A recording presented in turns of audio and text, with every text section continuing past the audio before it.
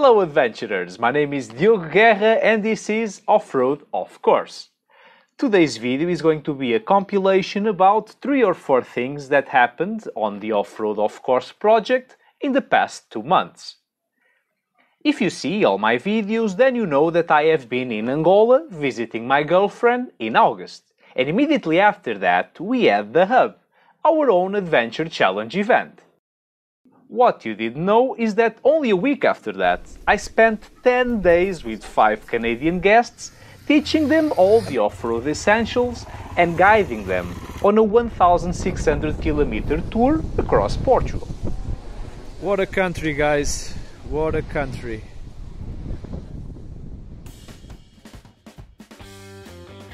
Portugal is definitely one of the best off-road destinations in the world. And I didn't read this in any magazine, I just know it in my heart. And hopefully what I'm about to show you will convince you of the same. To begin with, it's safe and peaceful and clean. The hospitals work, the police works, the people are welcoming and friendly, and many will speak English. Not this guy though. The weather is usually great, the infrastructure is good, there is beauty everywhere, and it's diverse.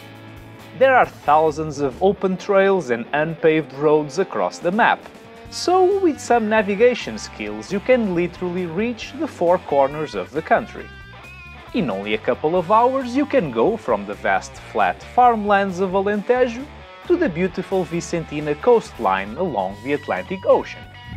And if you decide to go north instead, then you have thousands of trails across hundreds of mountains, rivers and lavish green forests. But let's not forget about the food. Portuguese food is amazing. It's delicious, it's rich and diverse. And since each region has its own typical dishes and local delicacies, and since we keep riding from one region to the next every day, it never gets old. I made them lie.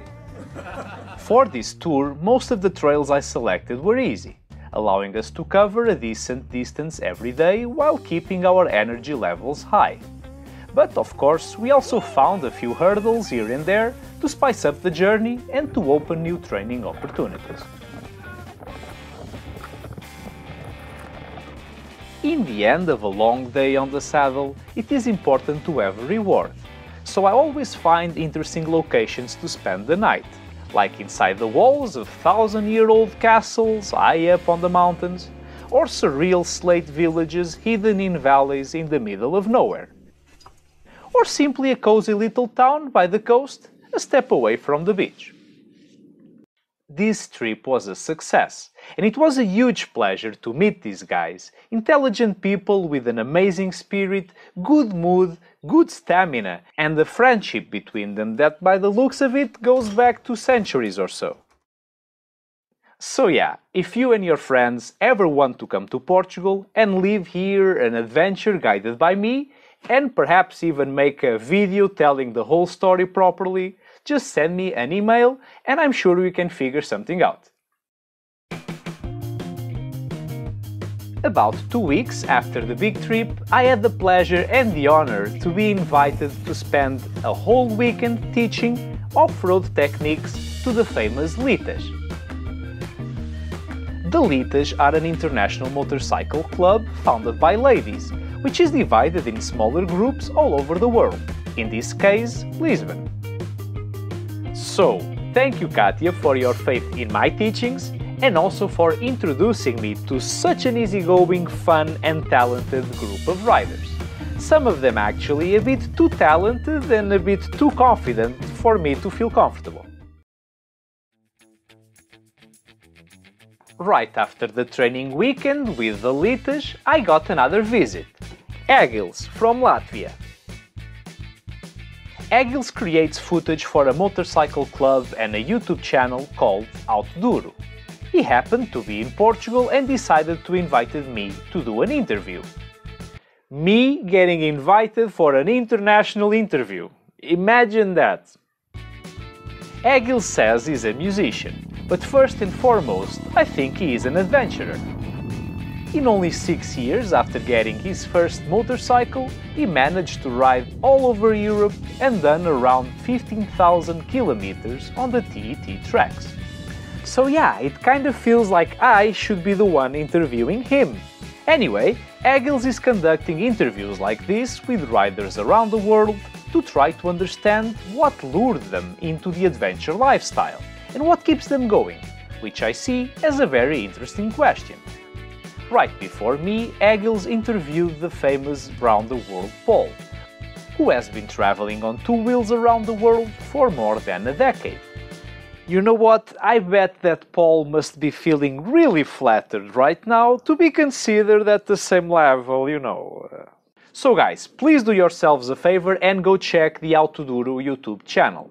Their video quality is off the charts. And also, I will put in the description a link to Round the World Paul's interview, because he shares a lot of interesting perspectives and wisdom, and it's totally worth it. About my interview, I will let you know when it comes out. Or, well, it depends. Maybe I'll let you know.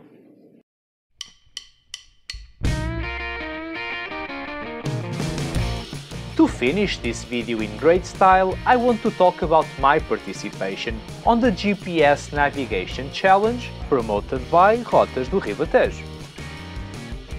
I think they did a great job creating a racy environment, with a portal in the finishing line, the paddocks, all the staff, the starting line leading directly into an off-road racetrack. It was exciting just to look at.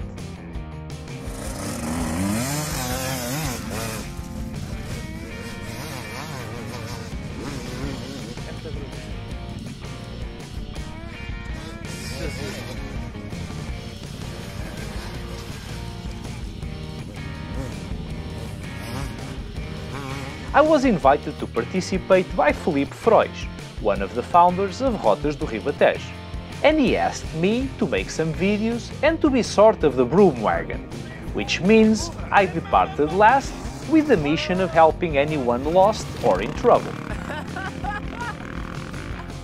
Broom wagon or not, I tried my best to show what my XT660R and I can do.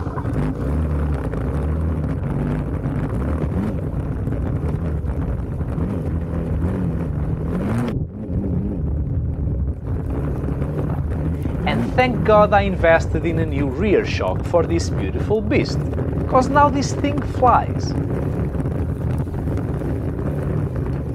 The trails were really good, very fast and interesting, with about 100 kilometers. The goal was to stay on track displayed by the GPS as accurately as possible, and to find the various checkpoints and refueling stations along the way.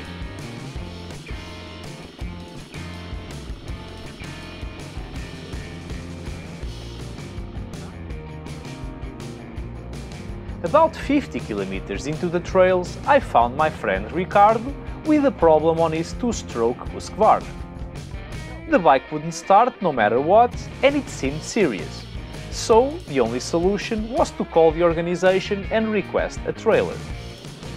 I moved on, but only a few kilometers up ahead I found yet again another participant in trouble. This one lost his phone, so we spent an hour riding around trying to hear it ringing. But we didn't find it, and eventually we had to give up.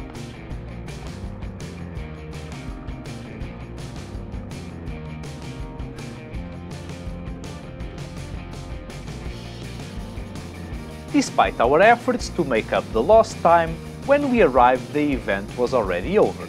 The participants and the staff were already in Quinta da Atela, where the winners were being announced. It was a fantastic event where everybody had fun and nobody got hurt. So congratulations to Rotas do Ribatejo for this awesome first initiative of yours. And now I'm done. Thank you all for watching, and thank you all for helping me reach the 8,000 subscriber mark, which is amazing. And I obviously couldn't do it without you, with all the love and all your support. As usual, please don't forget to like, subscribe if you haven't, click the thingy and share. Share this video with one of those friends that perhaps wants to come to Portugal and enjoy all of these crazy activities in my company, and I will be eternally grateful. See you next week and happy rides!